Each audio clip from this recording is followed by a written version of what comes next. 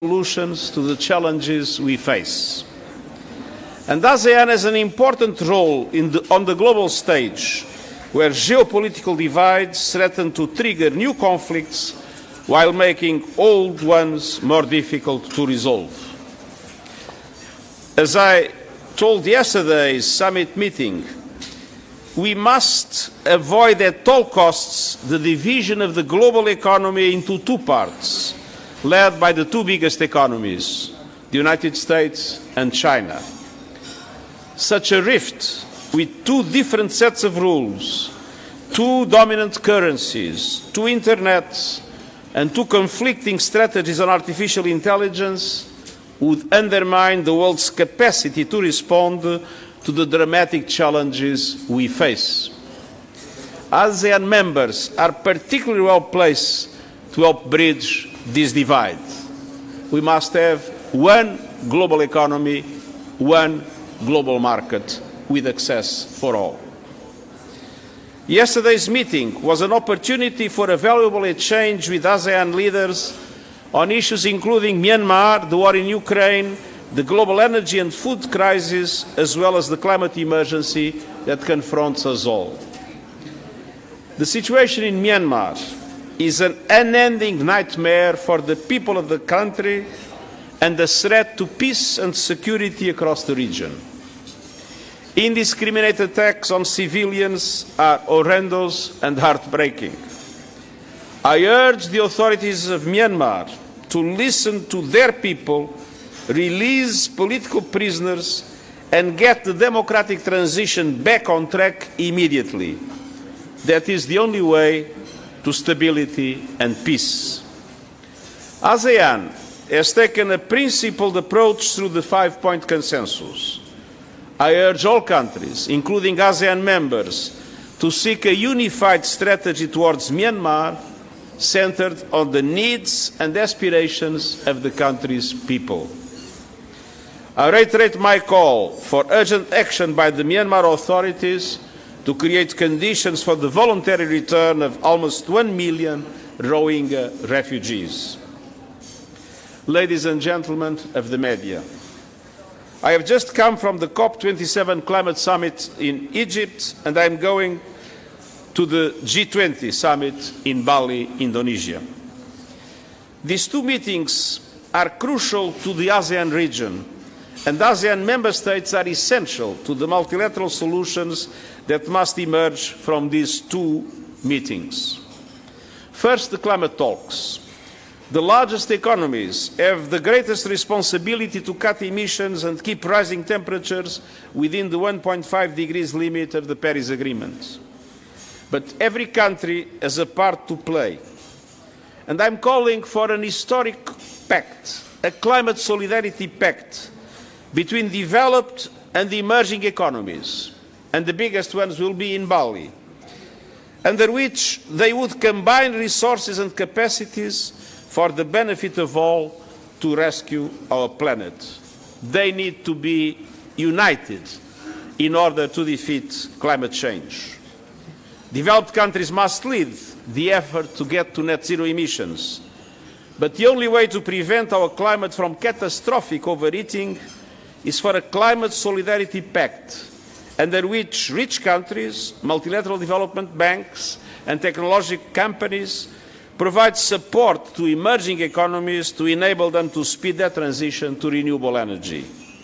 And I commend ASEAN member states that are showing the way through just energy transition partnerships, like Indonesia and Vietnam.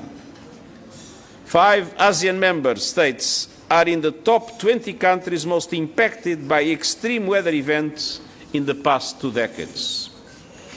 I'm urging leaders at COP27 to reach agreement on a financial mechanism to support countries that suffer loss and damage from climate-related disasters. Second, the G20. My priority in Bali will be to speak up for countries in the global south that have been battered by the COVID-19 pandemic and the climate emergency and now face crises in food, energy and finance, exacerbated by the war in Ukraine and crushing debt. I'm pushing G20 leaders to adopt a stimulus package to provide governments in the developing world with the investments and liquidity they need to get through these challenges and speed up debt relief and restructuring. We are also working to alleviate the looming food crisis by extending the Black Sea Grain Initiative for Ukraine grains and by removing obstacles to the export of Russian food and fertilizers. Rice is the crop most affected by the huge increase in fertilizer prices, which obviously has serious implications for the ASEAN region. Ladies and gentlemen of the media, in these turbulent times, regional organizations, including ASEAN, are essential to building global solutions. Our collaboration with ASEAN continues to grow across areas from conflict prevention to climate action, sustainable development and social protection. And I look forward to building even stronger and more productive relations in the years ahead. I am at your disposal for 4 questions. Okay, for questions, please come to the mic. Yes, Wait a bit. Good morning, Mr. Antonio Guterres. Yep, I'm Chup Naresa from Radio Frank International in Khmer language. I have a few quick questions regarding to the ASEAN Human Rights Declaration, which adopted in 2010 and 2012 in Cambodia. So, it is a decade and 10-year anniversary of ASEAN Human Rights Declaration in 2022. From your perspective, what have you been seeing regarding to the human rights issue in ASEAN for a decade? And for Cambodia, what do you think? Thank you. Well, the situation is obviously different from country to country. But I would like, first of all, to underline that human rights are economic, social, cultural, political, and civic. And you need to see human rights in its broader perspective. We have with ASEAN a cooperation agreement on human rights, and there will be in 2 weeks' time a meeting with the ASEAN Committee on Human Rights. And of course, as I mentioned yesterday, it is extremely important that human rights are fully respected: economic, social, cultural, political, and civic. And indeed, my appeal, and namely my appeal in a country like Cambodia, is for the public space to be open and for human rights defenders and climate activists to be protected, and for the cooperation with the civil society to be extended. At the same time, our biggest preoccupation in relation to human rights is, of course, Myanmar.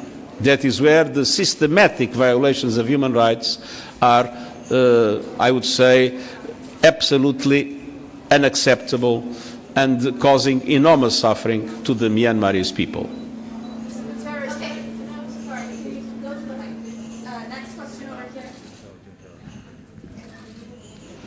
Yes, my name is Sarat, from a journalist from Cambodia. Before you start, I do not see you. There, okay. Yeah. I just would like to have the question specific about Cambodia. What is your valuation about the situation of human rights in Cambodia? Because based on the human rights rapporteurs report about the human rights situation in Cambodia, so the civil space like human rights is strict, something like that. So what is your valuation in general? And did the UN raise about the political issue and human rights with the Cambodia during this meeting? Well, I already answered the question to the previous speaker, and as I said, it's important to have a public space, civic space that is expanded. It's important for human rights defenders and for climate activists to be protected, and for the civil society to play a wider role in society. So that was clearly my message, and as I said, we intend to enhance our cooperation with ASEAN in relation to human rights and we are hopeful that this cooperation will lead to meaningful improvements. Good morning, sir. My name is Rosie, and I am a reporter from Thmai Thmai and Cambodia Nest. I have two questions for you in connection with the Ukraine and Myanmar crisis. So my first question is, what is your expectation of the ASEAN joint statement on the Ukraine crisis? And my second question is, yes, on the Ukraine crisis, the crisis in Ukraine.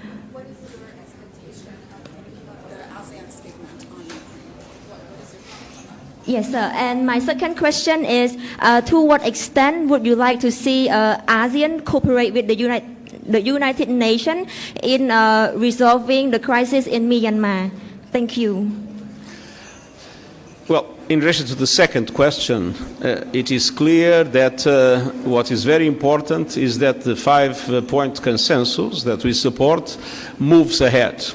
And I trust the Indonesian presidency that will be dealing with the issue to develop a number of initiatives allowing for the objective that I mentioned to be finally achieved. We need to go back to democracy, to a transition to democracy. We need to release political prisoners.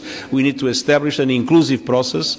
And I'm confident that the Indonesian presidency will be working hard in the next year in that respect. In relation to the Ukraine, basically our position in the United Nations is clear. What happened in Ukraine, the invasion of Ukraine, was a violation of the Charter. Was a violation of the territorial integrity of the Ukraine, but at the same time it is very important to create the conditions for progressively dialogue to be reestablished and progressively to start looking into a future where peace will prevail. Not any kind of peace, peace based on the values of the UN Charter and peace based on international law. Hi, good morning, Mr. Gutierrez.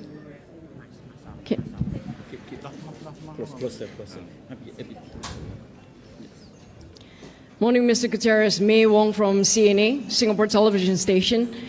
What is your response to criticisms that the United Nations... I'm sorry, I don't see your mouse. So, what is my...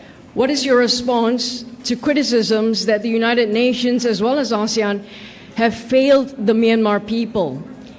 And also regarding the 15-point statement that ASEAN has written up yesterday and endorsed, how do you think that statement is really going to make a real difference on the ground in Myanmar? Thank you. So, the second question was the declaration? Regarding the 15-point statement that ASEAN has come up with to try and find a proper solution in moving forward for ASEAN. Well, first of all, everybody has failed in relation to Myanmar. The international community as a whole has failed, and the UN is part of the international community. It is dramatic to see the suffering of the Myanmarese people. Now, in relation to the movement forward and ASEAN's movement forward, as I said, I believe that the Indonesian presidency, with whom we have been cooperating with the government of Indonesia very closely in relation to Myanmar, I believe the Indonesian government will be able to push forward the agenda in a positive way, and my special envoy is ready to fully cooperate with the ASEAN envoy in order to be able to create the conditions to reestablish, as I mentioned, the democratic transition, to let the political prisoners go in freedom, and to end the dramatic violations of human rights in Myanmar. Thank you very much. That's all we have time for. Thank you, everybody. Thank you very much. All the best.